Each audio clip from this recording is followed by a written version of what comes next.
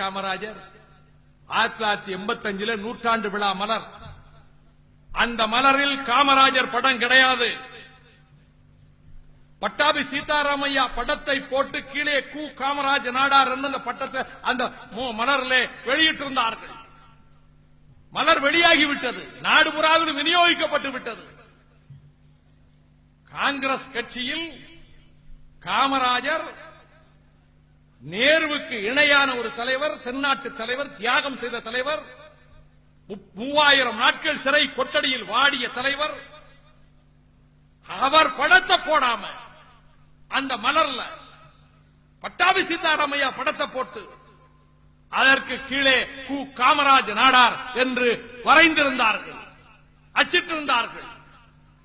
நான் நாடாளுமன்றத்திலே கேட்டேன். நான் காங்கிரஸ் கட்சிக்காரன் அல்ல, நான் அன்றைக்கு திராவிட முன்னேற்ற கழகத்துக்காரன். நான் கேட்டேன், இந்த மலர் தீ வைத்து கொளுத்துவேன் என்று சொன்னேன், தீ வைத்து கொளுத்தப்பட வேண்டும் என்று சொன்னேன்.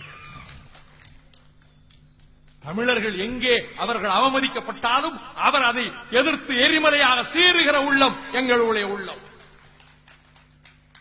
இளையராஜாவை நீ மதிக்கவில்லையா?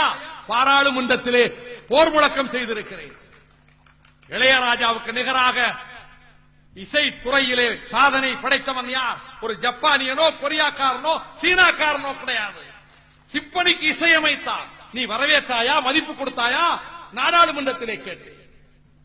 நடிகர் திலகம் சிவாஜியை உரிய முறையிலே மதிக்கவில்லை என்று நாடாளுமன்றத்திலே கேட்டு. டென்னிஸ் களத்தில் சாதனை படைத்த விஜய் அமிர்தராஜை அவமானப்படுத்திய போது கேட்டு. அதை போலத்தான் நூற்றாண்டு விழா மலரிலே காமராஜருடைய படம் ஏன் வைக்கப்படாமல் வேறொரு படத்தை வைத்திருக்கிறாயே?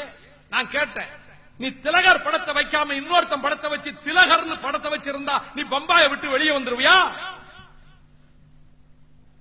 சித்தரஞ்சன் தாஸ் படத்தை வைக்காம வேறொருத்தன் படத்தை வச்சு நீ சிஆர் தாஸ் போட்டிருந்தா நீ கல்கத்தாவுக்குள்ள நுழைஞ்சிருவியா?